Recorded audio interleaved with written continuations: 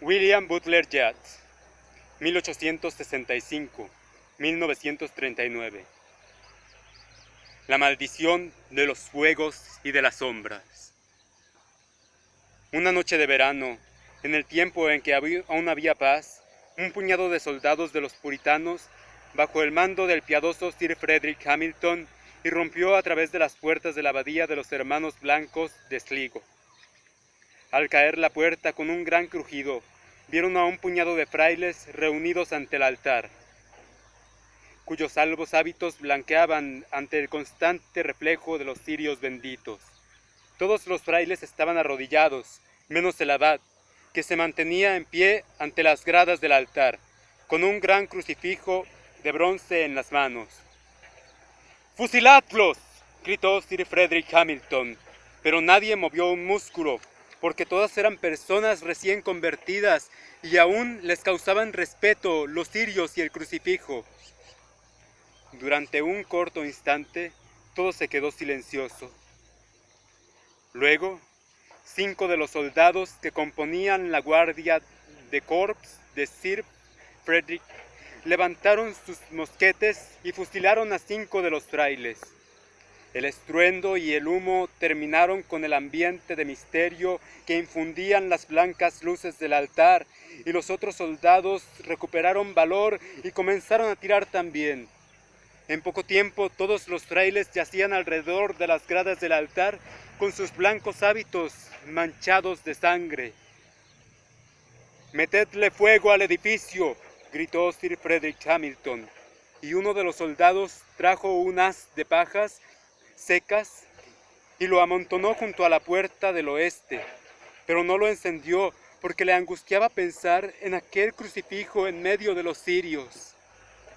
Y viendo esto, los 5 soldados que componían la guardia personal de Sir Frederick Hamilton volvieron al altar y, tomando cada cual una de las velas, le prendieron fuego a los haces de ramitas. Las lenguas rojas de fuego se alzaron hacia la techumbre y avanzaron crepitando a lo largo del entarimado, incendiando sillones y bancos de iglesia y haciendo que las sombras de los soldados parecieran danzar entre los salidizos y las estelas. Durante un rato el altar permaneció intacto, rodeado de todas sus luces blancas, y los ojos de los soldados se volvieron hacia él.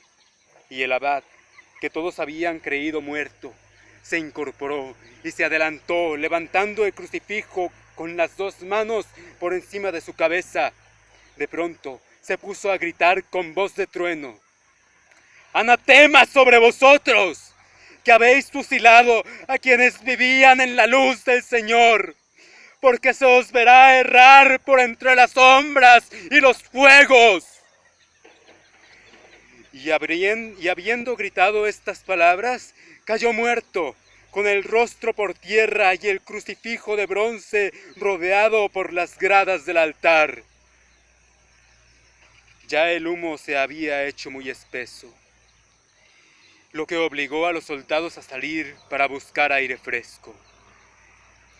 Y a sus espaldas las ventanas de la abadía brillaban animadas por la multitud de santos y mártires que, como si se hubieran despertado de un sagrado trance, entraban en furia y en agitada vida.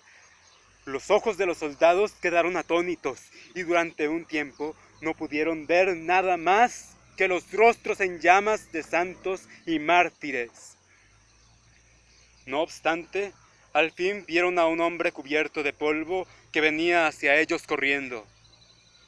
«2 mensajeros», explicó, «han sido enviados por los derrotados irlandeses para levantar contra vosotros a todo el país en torno a la casa solariega de los Hamilton, y si no lográis detener a esos mensajeros, seréis vencidos en los bosques antes de que podáis regresar a vuestros hogares.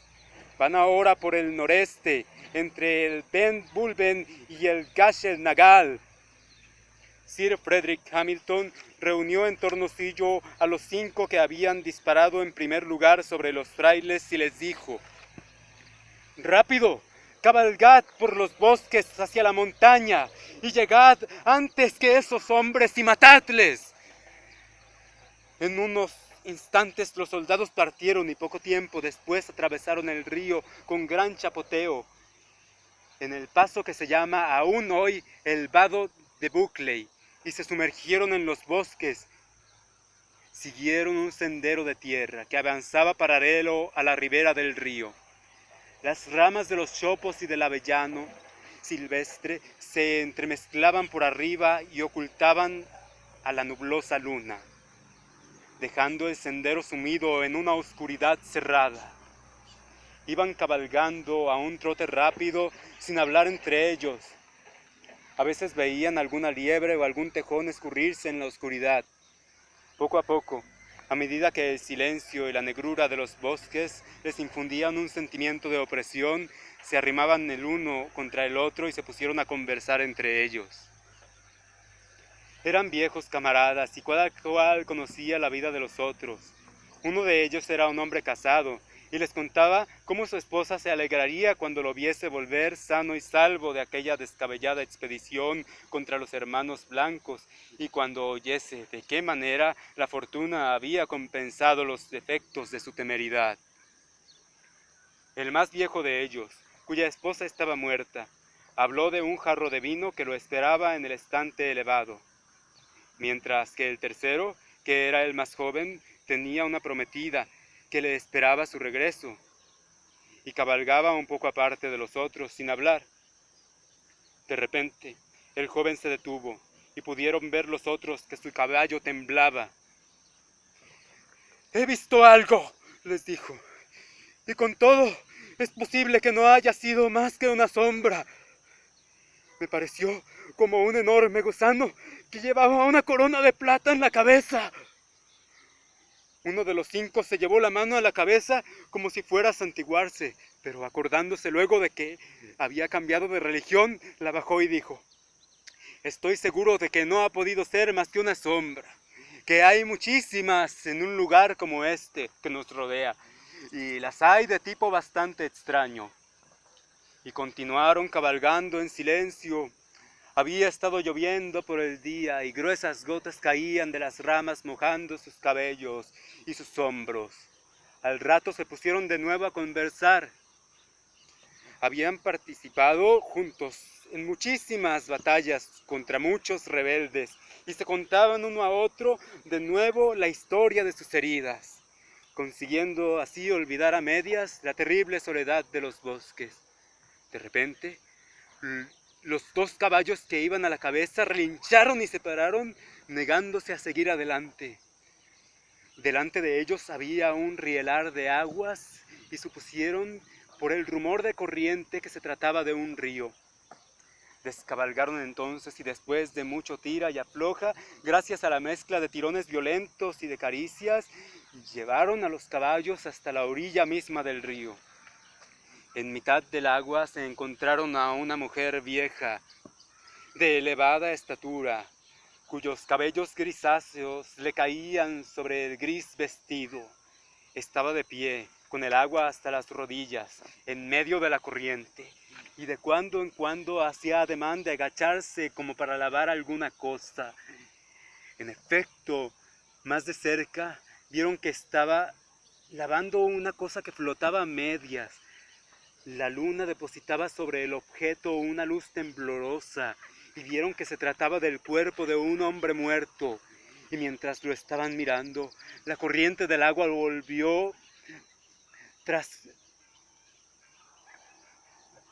aquella cara en su dirección y cada uno reconoció en el mismo momento su propio rostro.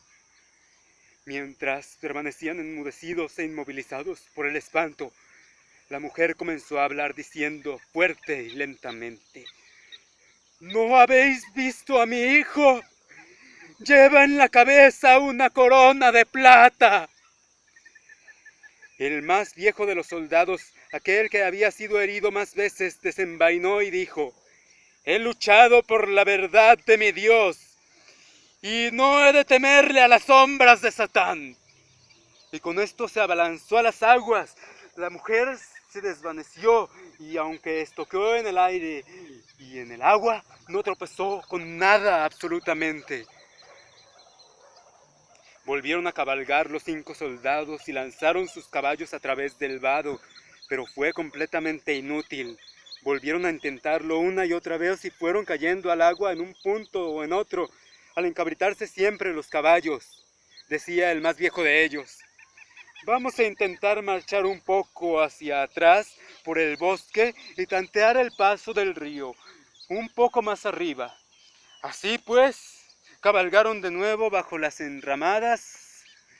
Las lianas crujían bajo los cascos y los ramajes golpeaban sus yelmos. Después de unos 20 minutos de cabalgada, cuando volvieron de nuevo a la margen del río, pasados otros 10 minutos se hallaron en un punto en donde era posible cruzarlos sin que las bestias se hundieran más allá de los estribos. En la orilla opuesta del bosque era muy malo y desgarraba la luz lunar en alargadas franjas. Se había levantado el viento y comenzaba a arrastrar a las nubes rápidamente por delante de la superficie de la luna, de tal manera que aquellas estrechas bandas luminosas se ponían a danzar por entre los dispersos arbustos y pequeños pinos. Simultáneamente, las copas de los árboles comenzaron a gemir y el sonido que producían evocaba las voces de los muertos en el viento, y los soldados se acordaron de cómo se decía que en el purgatorio los muertos están encaramados sobre las cimas de los árboles y rocas. Se orientaron ligeramente hacia el sur con la esperanza de volver a encontrar el sendero batido, pero no pudieron hallar la menor traza de éste. Al mismo tiempo, el gimiente ulular se hacía más fuerte y la danza de los rayos de luna pareció ser más y más rápida. Paulatinamente comenzaron a percibir un sonido de música distante. Era el son de una gaita y hacia él cabalgaron llenos de alegría. Vieron que procedía del fondo de un hoyo profundo con la forma de una caldera. En medio de aquella hondanada había un viejo cubierto con gorro rojo y de rostro lívido. Estaba sentado junto a un fuego de ramas y tenía una antorcha encendida, arrojada por tierra a sus pies, y tocaba furiosamente una vieja gaita. Sus cabellos rojos se pegaban a su rostro como una costra ferruginosa se pega sobre una roca. ¿Habéis visto a mi esposa?, dijo mirando hacia arriba en un instante. ¡Se fue a lavar! ¡Se fue a lavar! A mí me da miedo, dijo el más joven. Me da miedo que no sea completamente un hombre. No, dijo el mayor de ellos. Es un hombre tal como nosotros. Puedo ver sobre su rostro las pecas que tiene. Le vamos a obligar a que nos sirva de guía. Y diciendo esto desenvainó, y los demás hicieron lo propio y formaron un corro en torno del gaitero, dirigiendo hacia él las puntas de sus espadas.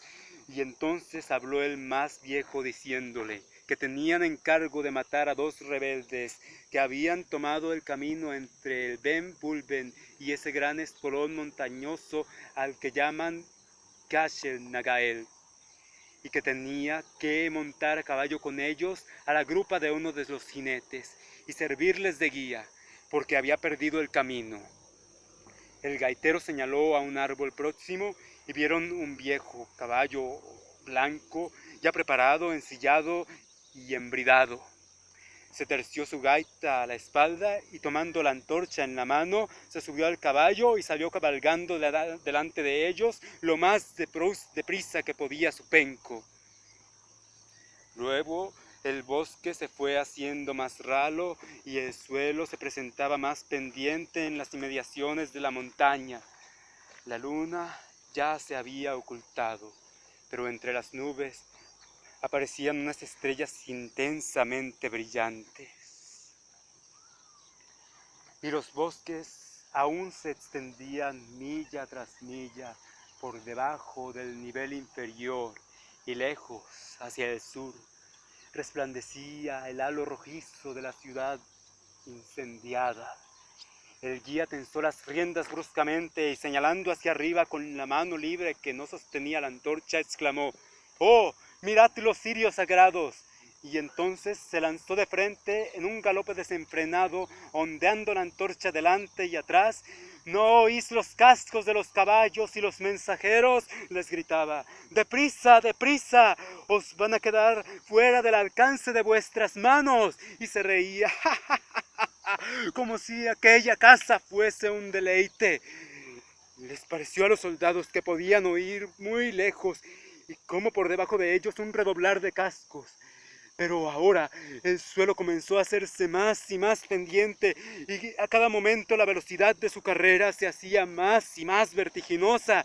Trataron de amainarla, pero les fue imposible porque los caballos parecían haberse vuelto locos. El guía, tras dejar las riendas sobre el cuello de su penco blanco, iba agitando los brazos y cantando en lengua gaélica.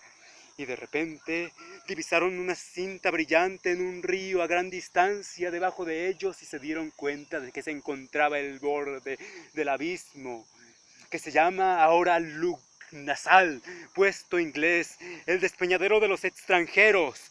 Los 6 caballos se abalanzaron hacia adelante y siguieron 5 gritos en el aire, y momentos después 5 hombres y sus caballos se estrellaron con sordos estallidos sobre los verdes montículos al pie de las rocas.